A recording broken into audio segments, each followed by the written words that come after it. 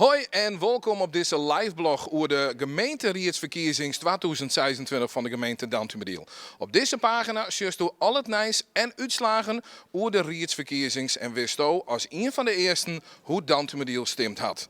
We zeggen alvast vooruit met burgemeester Anja Haga op de aanstaande verkiezingsdag. Ja, wel echt heel spannend. Ik merk ook dat iedereen het heel spannend vindt, want we hebben inderdaad een roersig hier achter de rug, wisselingen.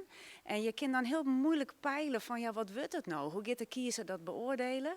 En dat weet je eigenlijk net, want we hebben ook net peilingen waaruit je kan, ja, als je van, dit wordt het, want ja, er zijn landelijke peilingen. Maar dat zei het niks natuurlijk, want we hebben hier minder partijen. Ja, dus meesten kunnen echt net op alle partijen stemmen die ze landelijk kennen. Dus wat doen ze dan? Gaan ze naar de stembus? Ja, dat is al je wel heel spannend wat het wordt. Denk je dat de inwoners op zoek zijn naar stabiliteit na de aanstaande periode?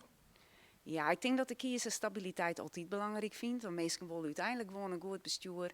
En dat goede besluiten genomen worden. En dat er gewoon de goede dingen geregeld worden voor Dantumediel.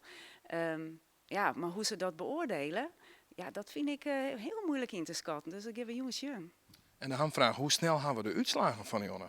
Ja, ik denk wel snel, want Dantumediel kind snel. Ik ben alle stembureaus bij Delgien en ze zeiden ook, ja, wij gaan snel tellen.